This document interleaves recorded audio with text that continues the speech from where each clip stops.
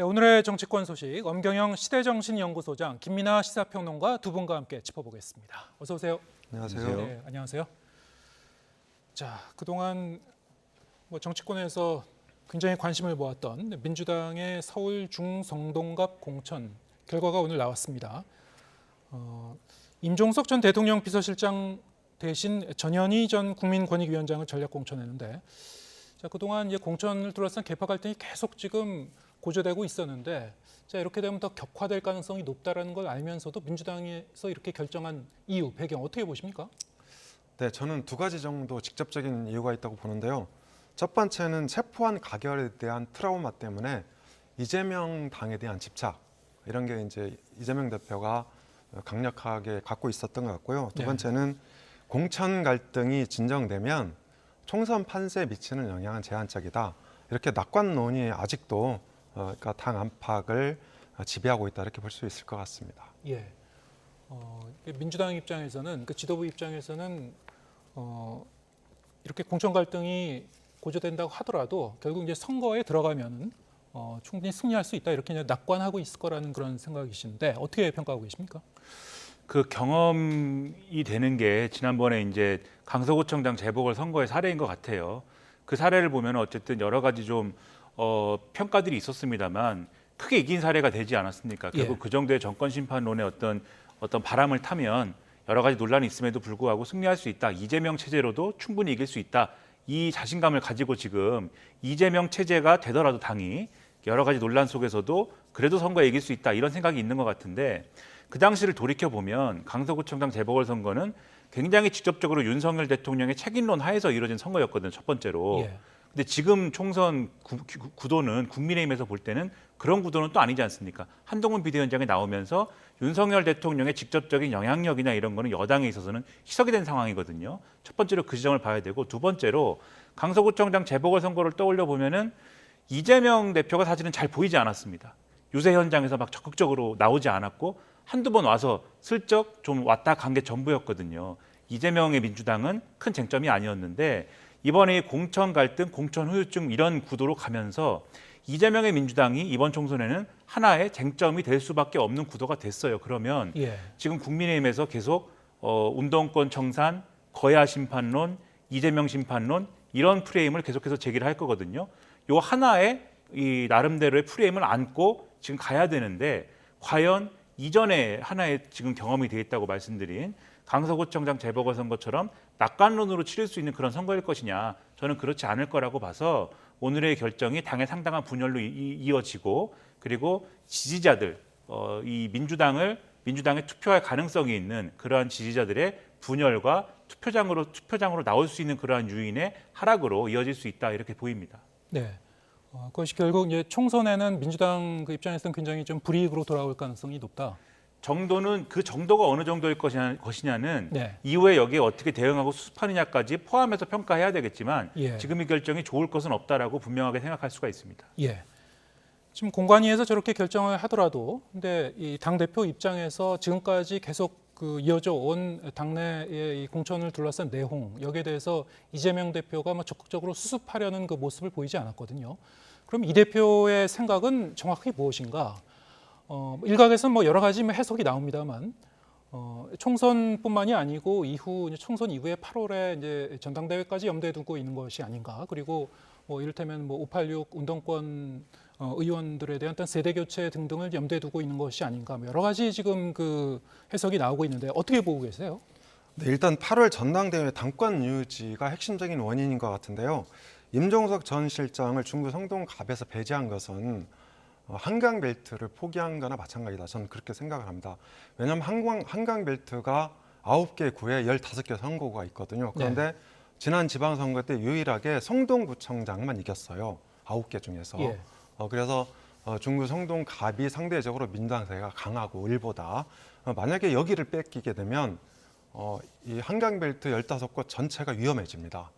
뿐만 아니고 서대문, 동대문, 구로 이런 데까지 영향을 미치게 되는데요. 이 성동구청장이 지금 그 임 전 실장 부장관 출신이거든요. 그래서 임 전 실장이 중구 성동갑에 나갔을 때 가장 경쟁력이 세다, 이렇게 볼 수 있는데, 여기다가 임 전 실장을 빼고 다른 사람을 공천했을 경우에 저는 이제 승리한다는 그런 보장이 없다 이렇게 생각을 하고요. 국민의힘의 윤희숙 전 의원도 상당히 강자입니다. 네. 그래서 이재명 대표가 이런 그 총선 판세에 대해서 정확히 인지를 하고 있으면서 이렇게 공천을 했다 보기 좀 어려울 것 같고요. 예. 아직은 그 주변에서는 이제 좀 총선 판세가 불리해지고 있다 이렇게 판단하는 것 같은데 이재명 대표는 여전히 문제 없다 우리가 이긴다 이렇게 보고 있는 것 같아요. 예. 판세를 좀 잘못 읽고 있다 뭐 이런 그 의견이신데 사실 이제 총선에서 만약에 민주당이 승리를 거두지 못할 경우에 반대로 이제 상당히 질 경우에는 이재명 대표의 향후 정치적 생명도 상당히 불확실해지는 거 아니겠습니까? 이 대표의 생각이 뭐라고 생각하십니까? 지금 그래서 이 비명계 일부에서 나오는 지적이 예. 이재명 대표가 본인의 어떤 정치적인 여러 가지 것들을 고려해서 이렇게 하고 있겠지만 말씀하신 대로 총선에 패배하면 그것은 다 소용없는 일 아니냐 이렇게 예. 지금 반론을 펼치고 있는 거거든요. 그런데 이재명 대표는 총선에서 어느 정도의 손해가 나더라도 그것은 어느 정도 어쨌든 예를 들면 일당을 유지한다든지 또는 아슬아슬하게 뭐 과반을 유지한다든지 이 정도의 성적이라면 그 정도의 손해는 감수할 수 있다. 아마 이 정도 판단하는 게 아닌가 싶어요. 그런데 과연 지금 그것을 유지할 수 있느냐, 그러한 정도의 손해를 감수할 수 있다라는 판단을 유지할 수 있는 정도일 것이냐에 대해서는 상당히 아마 판단이 여러 가지로 갈릴 것 같은데 예. 이재명 대표 입장에서는 그 손해를 왜 감수해야 된다고 생각을 하는 거냐. 그게 이제 여러모로 궁금해지는 지점이지 않습니까? 저의 이제 어떤 뭐랄까요 추론은 결과적으로는 이 대선을 다시 한번 도전해야 되는 것이기 때문에 네. 대선을 다시 한번 도전하기 위해서 그리고 다시 한번 도전하는 대선에서 정말 이번에는 이 확실한 이재명의 당으로 승리하기 위해서는 그렇게 하기 위해서는 당권에 다시 한번 재도전을 해야 되고 그렇게 하기 위해서는 총선에서 많은 의석을 얻는 것보다는 확실하게 이재명 직계로 다 국회의원을 채우고 당협위원장을 채우는 것이 중요하다라고 판단하는 거 아니냐라고 하는 비주류들의 의심이 지금 있다라는 게 중요한 것 같아요. 이게 이 말씀 왜 드리냐면 지금 인종석 전 비서실장을 공천을 해야 될 것 같다. 그래야 이 명문 정당이라는 요 어떤 그 틀이 유지가 된다, 단합이 유지가 된다라고 이 특별히 얘기했다라고 하는 게 이해찬 전 대표지 않습니까? 그렇죠. 근데 예. 이해찬 전 대표라고 하면 지금까지 이재명 대표가 사실 뭐 언론 표현으로는 변방의 장수라고 하고 이 어떤 민주당의 중심 세력이 아닌 입장에서 지금까지 대표까지 오를 수 있었던 대선 후보를 거쳐서 이럴 수 있는 중요한 동력 중 하나인데 이재명 대표를 사실상 지금 위치로 갈 수 있도록 도와준 가장 유력한 세력을 이끌고 있는 사람이 이해찬 전 대표인 거잖아요. 근데 이번에 어쨌든 임종석 전 실장을 공천을 하지 않는 것으로 결정함으로써 이해찬 전 대표의 도움도 이제는 필요 없다. 네. 이렇게 얘기하는 것처럼 돼버렸다라고 하는 시각이 커지고 있는 거 아니겠습니까? 그러면 이 결론은 뭐냐면 이제는 누구의 도움도 필요 없다. 이제는 이재명이 완전히 홀로서기 하는 그러한 민주당이 필요한 것이다. 네. 이런 판단 아니냐. 그건 왜겠느냐. 예. 그건 결국 대선까지 쭉 가겠다는 거 아니냐. 이런 것 외에는 판단이 어렵다라는 거예요. 그래서 그게 아니다라고 할 수 있는 이재명 대표만의 설명이 필요한데 그게 아니고 총선에 이기기 위해서입니다. 라고 하는 설명이 지금 필요한 것인데 그 설명을 지금까지 못했는데 앞으로 할 수 있을 것이냐. 상당히 관건이다. 근데 그것이 상당히 좀 쉽지는 않을 것이다. 이렇게 지금 판단이 되는 겁니다. 네. 임종석 전 비서실장의 공천을 이제 공고했다는 그 이해찬 전 대표의 그 얘기 이게 이제 일부 보도가 언론들을 통해서 이제 보도가 됐었습니다만 지금 말씀하셨다시피 민주당이 다른 결정을 내렸기 때문에 그렇다면은 이 비명 친문 의원들의 집단 움직임이 앞으로 이어질지 여러 가지 변수가 있을 수 있을 것 같습니다. 임종석 전 비서실장은 어떤 입장 표명을 할 것이고 더 나아가 이 친문 쪽에서 이를테면 문재인 전 대통령 같은 경우에 어떤 메시지를 내놓을 가능성이 있는 것인지 어떻게 보십니까? 네, 저는 당장은 문재인 대통령이 메시지를 내놓을 것 같지는 않고요. 내놓는다 하더라도 통합에 관한 요구 이런 걸 할 것 같습니다. 왜냐하면 문재인 대통령이 특별히 챙겼던 측근 두 사람이 있거든요. 그게 고민정 최고위원 전 최고위원하고 윤건영 의원입니다. 그런데 이 두 사람이 이제 전부 다 공천을 받았거든요. 그래서 저는 당장은 친문 차원에서 집단적인 반발은 없을 거다. 저는 이제 그렇게 보고 있는데요.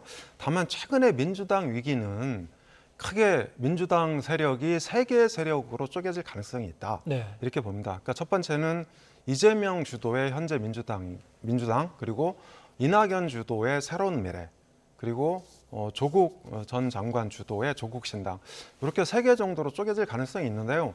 오늘 박영순 의원이 입당을 했지 않습니까? 예. 새로운 미래. 그리고 서른 의원도 탈당을 예고해서 이제 내일 거취를 밝히겠다고 했는데요.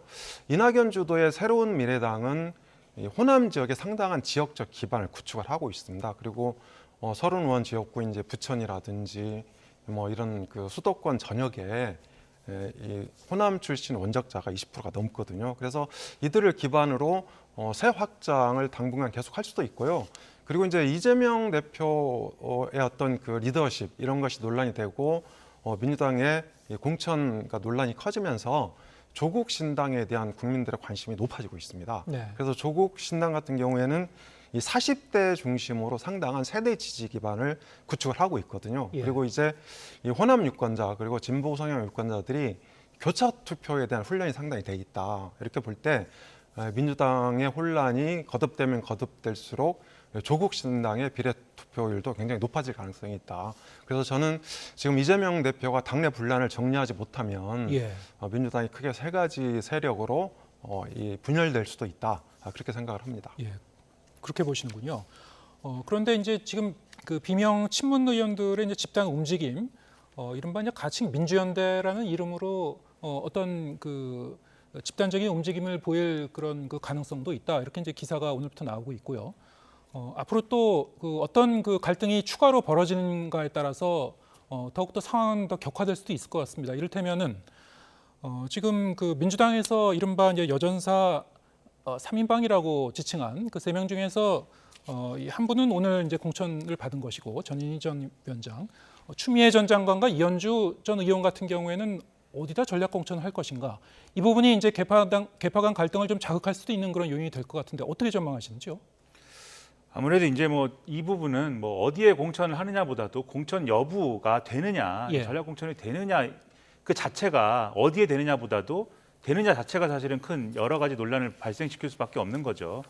지금 뭐 얘기가 나오는 지역구들은 있습니다. 뭐 확정적인 건 아니니까는 뭐 이럴 거다 저럴 거다 얘기하기는 좀 어렵지만 추미애 전 장관 같은 경우에 공천이 만약에 된다고 하면 예. 당연히 임종석 전 비서실장과의 어떤 형평성 문제나 이런 것들이 거론되지 않겠습니까? 왜냐하면 임종석 전 비서실장을 공천하지 않는 거에 대한 어떤 논리적인 설명이라는 거는 지금 뭐 여러 가지 얘기를 그동안 해왔습니다만 이 논란의 시작은 윤석열 정권의 어떤 성립에 책임이 있는 사람은 출마하지 말았으면 좋겠다라는 지지자들의 여론을 임혁백 공관위원장이 공개적으로 언급하면서 사실은 이 문제가 여러 가지로 공식적으로 논란이 되기 시작한 거잖아요. 예. 그런데 윤석열 정권의 어떤 탄생에 책임이 있다라고 얘기를 하려면 추미애 전 장관은 그럼 책임이 없습니까? 라고 얘기를 하면 이건 사실은 이 방어하기 어려운 논리 아니겠습니까? 그런데 만약에 일각의 어떤 주장대로 추미애 전 장관이 예를 들면 나경원 전 의원이 있는 동작 의뢰 전략 공천이 된다든가 이렇게 예. 됐을 때 특히 거기에 있는 이수진 의원은 현역 의원인데 지금 컷오프 됐는데 네. 그런 일이 벌어졌을 때 당연히 형평성 문제가 제기가 되겠죠.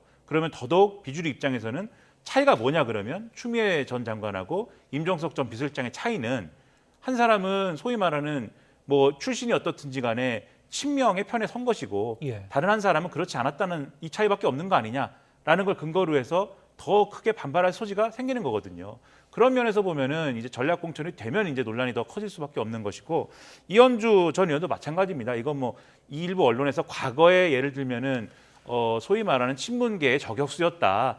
친문을 이 대상으로 한 여러 가지 비판들을 했다. 이런 것들을 많이 얘기합니다만은 이게 명분, 정치 명분으로 봐도 그동안 당적을 여러 차례 옮기고 하는 과정들이 국민들 입장에서는 그렇게 뭐랄까요 좋게 보이지는 않는 거지 않습니까? 긍정적으로 평가하기 어려운 거거든요. 이른바 정치 철새라는 말이 그래서 있는 거 아닙니까? 이런 평가가 있는데 그러면 이런 이력을 가진 인물이 사실 민주당의 몸을 담고 있었으면 오히려 컷오프 됐을 수도 있는 이력인데 오히려 영입이 돼가지고 전략 공천이 된다고 하면 이걸 어떻게 국민들에게 설득할 것이냐 예. 이런 논리들이 있는 거거든요. 네. 그렇기 때문에 전략 공천이 될 걸로 아마 보이는데 왜냐하면 여전사 3인방이라고 했으니까 이것이 실제 될 경우에는 불이 더 크게 붙을 수 있을 것이다. 다만 지금 비주류들이 조직화되고 있는 과정 아닙니까? 앞서 말씀하신 것처럼 민주연대 뭐 이런 거 만든다고 하는데 조직화된다는 것은 집단으로 탈당하거나 뭐 당적을 옮길 가능성도 커지는 것이지만 오히려 집단화되기 때문에 조직화되기 때문에 다 안 나갈 가능성도 커지는 겁니다. 그것까지 염두에 두고 이 상황을 볼 필요도 있다. 이렇게 말씀드리겠습니다. 예, 알겠습니다.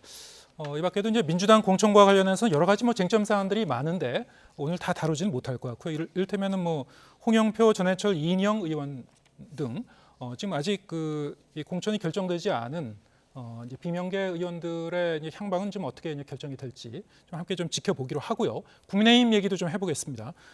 국민의힘의 공천은 뭐 비교적 잡음은 민주당보다 이제 적다고는 합니다만 현역 불패란 얘기가 지금 계속 나오고 있어요. 어떻게 평가하고 계십니까? 네, 국민의힘은 소위 시스템 공천이라고 얘기를 하는데요. 말이 어려워서 그렇지 시스템 공천의 핵심은 여론조사 경쟁력 공천이다. 네. 이렇게 한마디로 정리할 수 있을 것 같습니다. 그래서 홍영림 여의도 연구원장이 오고 그다음에 판사 출신 사무총장 또 판사 출신 공관위원장이 오면서 어느 정도 예고된 수순이다. 그러니까 이렇게 정리할 수 있는데 다만 그 국민의힘 공천의 총평을 한다면 기계적 경쟁력 그리고 기계적 공정, 단기적 경쟁력 여기에 매몰돼서 혁신, 쇄신, 현역 물갈이가 전혀 없었다 이렇게 이제 평가할 수 있는데요. 다만 그 한계도 있었습니다. 왜냐하면 한동훈 비대위 출범이 총선 3개월 전에 가까스로 이루어졌고 그리고 이제 한동훈 비대위원장도 사실 이 정치 경험이 없었던 사람이지 않습니까? 그리고 총선에 대한 준비를 할 수 있었던 시간도 없었다. 그러니까 이렇게 볼 수 있을 것 같고요. 그리고 국민의힘 공천이 본격화된 게 1월 중순 이후입니다. 그런데 1월 중순만 해도 당시 판세가 국민의힘한테 상당히 안 좋았던 상황이다. 그래서 경쟁력 중심으로 공천을 할 수밖에 없었는데 설날 연휴 전후로 여론이 반전이 되면서 국민의힘 굉장히 운이 좋았던 거죠. 그리고 한동훈 비대위원장도 뭐 본인의 능력으로 판세를 호전시킨 측면도 있지만 일종의 로또에 당첨된 것처럼 굉장히 이제 분위기가 운이 좋았다고 보십니까? 그러니까 외부 여건이 상당히 좋아졌다. 그런 측면에서 국민의힘 공천이 이렇게 전개가 되고 있는데요. 여전히 이제 아쉬움은 남아 있고 아직도 TK 쪽에 한 6, 7개 정도 남아 있거든요. 그리고 이제 부산 쪽도 이 조정의 여지가 있고 그리고 예를 들어서 서울에서 이제 컷오프 되거나 또 이 스스로 불출마를 선언한 뭐 박민식 전 보훈부 장관 같은 경우 이런 분들이 있기 때문에 조금 더 지켜봐야 될 것 같고요. 이 강남 공천은 사실 국민의힘의 정체성, 비전, 미래 이를테면 국민의힘의 꿈을 공천하는 그런 지역이거든요. 그래서 국민의힘이 국민 추천제를 통해서 어느 정도 보완할 여지도 있다 이렇게 생각이 됩니다. 네. 그런데 이제 국민의힘 그 현역 의원들이 감점을 받고도요 30%대까지도 감점을 받는 경우들이 있었다고 그랬는데 근데 이렇게 생존율이 높았어요. 근데 민주당 같은 경우는 이렇게 30% 감점 받으면은 도저히 경선에서 이길 그 도리가 없다 이렇게 얘기를 하고 있는데 왜 이런 차이가 나는 겁니까? 이제 현역 의원에 도전하는 사람이 누구냐 이것이 중요한 것인데 지금 이제 국민의힘의 경우에는 현역 의원에 대해서 도전하는 사람들이 대통령실 출신의 행정관이라고는 합니다만 과연 거기에 이제 윤심이 실려서 힘이 있는 사람인 것이냐를 따졌을 때는 그렇지 않은 것 같다라는 사람들이 상당히 많지 않았습니까? 그리고 이 대통령실을 거치지 않은 사람인 경우에도 있었고 뭐 여러 가지 사례들이 있었는데 대부분은 그걸 평가하더라도 현역 의원들의 힘이 실린 구조였거든요. 그렇기 때문에 이 경선을 치렀을 때 감점 요인이 있더라도 심지어 이 동일 지역구 3선 15%에 이 현역 의원 20%다 합쳐서 35% 감점받은 사람도 지금 경선 통과했다라고 장동혁 사무총장이 따로 설명을 할 정도로 그 정도로 어쨌든 소용이 없었다 이게 룰이 이렇게 설명하는 사례가 그래서 있는 건데 더불어민주당의 경우에는 도전자가 소위 말하는 친명 인사이다. 친명을 넘어서 찐명 인사이다. 이렇게 돼 있는 사람인 것이고 그런 사람들의 경우에는 소위 말하는 이제 지지층이 어떤 강력한 어떤 지지 여론을 가지고 있는 거고 그게 예를 들면 당원 여론조사 이런 데 반영이 되는 것 아닙니까? 그런데다가 요 이제 어떤 주류의 표심이 실려 있다라고 평가가 되는 데다가 이 선거 구도나 이런 것들을 현역에 불리하게 또 나름대로 이제 틀을 짜놓은 이런 상황들도 있었거든요. 그래서 이제 이게 여러모로 우려된다는 얘기가 당 비주류에서는 나오는 건데 국민의힘에서 사실은 근데 이 경선 이전에 상황 정리를 하거나 이 구도 정리를 한 걸 보면은 앞서 시스템 공천이라고 말씀하셨습니다만은 시스템 공천 전 단계에서 사실은 그런 정리를 또 많이 하는 흔적도 있어요. 대표적으로 이제 대통령실을 거쳤는데 윤심이 실린 걸로 지금 사실 생각이 되는 그런 사람들의 경우에는 그런 경우 아닙니까? 그게 이제 예를 들면 주진우 전 비서관이라든가 이현모 전 비서관이라든가 이런 분들이잖아요. 이현모 전 비서관 강남에 공천 신청했는데 강남을에 신청했는데 강남을에 못 받게 생겼다. 이렇게들 생각을 했는데 결국은 돌고 돌아 용인갑에 받지 않았습니까? 용인갑이 국민의힘 입장에서는 결코 어려운 지역구는 아니다라고 했는데 어쨌든 그런 것들을 봐도 또 어떤 지역의 경우에는 현역 의원이 벼랑간에 뭐 불출마 선언하고 이러는데 물론 하위권에 속해가지고 불출마 선언한 분도 있지만 뭔가 지역구 조정이나 이런 것들이 이루어지고 있는 맥락에서 선언한 경우도 있고 네. 이렇게 사전 정리한 데들이 있는 거거든요. 예. 그러니까 요거는 사실은 일종의 여당 프리미엄이고 예. 여당이기 때문에 갖는 정치력이 작용한 경우다라고 볼 수 있는 측면들이 있어서 예. 이런 차이도 지금 영향을 미치고 있다 이렇게 봐야 되겠습니다. 예. 아까 말씀하신 그 박민식 전 장관 오늘 상당히 좀 갑작스럽게 발표를 했는데 경선을 포기한다고 이거는 뭐 어떤 배경이 있다고 보십니까? 네, 일단 영등포 을에 뛰고 있었던 박용찬 예비 후보가 굉장히 경쟁력이 셉니다. 예. 그리고 이제 지난번 총선에서도 김민식 의원하고 붙어서 5%포인트 정도밖에 차이가 안 났거든요. 그래서 이 박민식 전 장관이 영등포 을에 가서 간 지가 또 얼마 안 되지 않습니까? 예. 그래서 승산이 조금 크지 않았다. 이제 그것이 전 직접적인 원인으로 보고 있고요. 다시 이제 부산이나 네. TK 컴백설도 나오고 있습니다. 원래 박민식 전 장관이 북강서갑, 예. 그러니까 전재수원 지역구에서 지난번에도 상당히 선전을 했었거든요. 한 2%포인트 정도 졌는데 아무튼 이제 본인이 수도권에서 자리를 못 잡고 네. 표류하는 모양새인데, 그러니까 윤심이 실렸다기보다는 그러니까 경쟁력에 관한 문제, 그리고 또 이 부산이나 영남 쪽에 또 이 틈새가 나면 출마 가능성 이런 것들로 볼 수 있을 것 같습니다. 네. 근데 경기도에 초에 출마할까 하다가 서울로 또 다시 출마를 고려하다가 다시 부산으로 재조정될 가능성이 있다 이렇게 보시는 거군요. 네, 그렇습니다. 예. 글쎄 과연 그렇게 될지는 좀 지켜봐야 될 것 같습니다만 지금 그 국민의힘은 오늘은 이제 공천 결과가 발표된 게 없었고 내일 이제 추가 경선 결과가 이제 발표될 예정이고요. 또 29일 본회의 이후에 이른바 지금 강남 그 일원 그리고 영남 이제 텃밭 지역에 아직 이제 결정되지 못한 곳에 이제 발표가 날 걸로 좀 예상이 됩니다만 그곳에서 어떤 뭐 반전이나 좀 예상치 못한 결과가 나올 수 있을 거라고 보십니까? 어떻게 내다보십니까? 보수 언론이 어제 오늘 쓴 기사를 쭉 보면 결국은 경선을 그냥 치렀을 때는 현역 불패라는 건 이미 확인이 됐다라고 이제 기사를 쓰는 거 아니겠습니까? 네. 그리고 현역들이라고 하는 이 사람들은 소위 말하는 뭐 그동안에 국민의힘 내에서 여러 가지 얘기가 나왔습니다만 김기현 지도부에서 중요 역할을 맡았던 분들도 다 어쨌든 지금 공천을 받는 상황이고 경선에서 이기는 거고 이런 흐름을 보면은 어쨌든 간에 친윤이거나 범친윤이거나 이런 타이틀을 달았던 분들이거든요. 그렇게 보면은 그러면 크게 변화하지 않는다라고 볼 수밖에 없는 것이고 그렇기 때문에 이 부분에서 인위적으로 좀 바꾸고 싶으니까 시스템 공천을 통해서는 바꿀 수 없으니까 시스템 공천의 틀 바깥에서 예를 들면 불출마를 좀 해주십시오라고 설득하는 과정이 좀 이루어지고 있는 거 아니냐라는 전망이 그래서 나오는 것 같고요. 예. 그리고 앞서 말씀하신 대로 강남권의 경우에는 그래서 이 강남권의 경우에는 경선을 하는 건지 다른 어떤 수단을 취하는 건지를 아직도 얘기를 안 하는 거지 않습니까? 예. 현역 의원이 거기는 있는데도 불구하고 예. 이 현역 의원은 왜 나한테는 연락도 안 오고 아무 방침이 나오지 않는 것이냐 불안해하고 있다고 하는데 이 국민 추천제라고 하는 것은 사실상의 전략공천 하겠다는 얘기 아니냐 얘기가 또 이렇게 가고 있는 거거든요.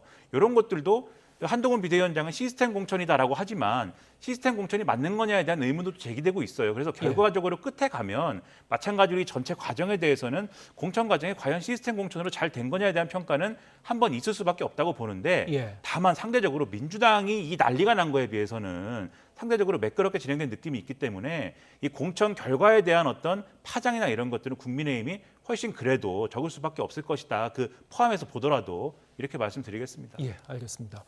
제3지대 같은 경우에는 아까 이제 이낙연 대표의 새로운 미래는 민주당에서 이게 이탈할 의원들 추가로 합류할지 그 부분에 대해서 좀 아까 어느 정도 언급을 했습니다만 이준석 대표가 이끄는 그 개혁신당 같은 경우에는 김종인 이 공관위원장 합류를 했고 그리고 이준석 대표의 출마지가 어디가 될지도 이제 관심입니다. 이런저런 얘기가 나오고 있는데요.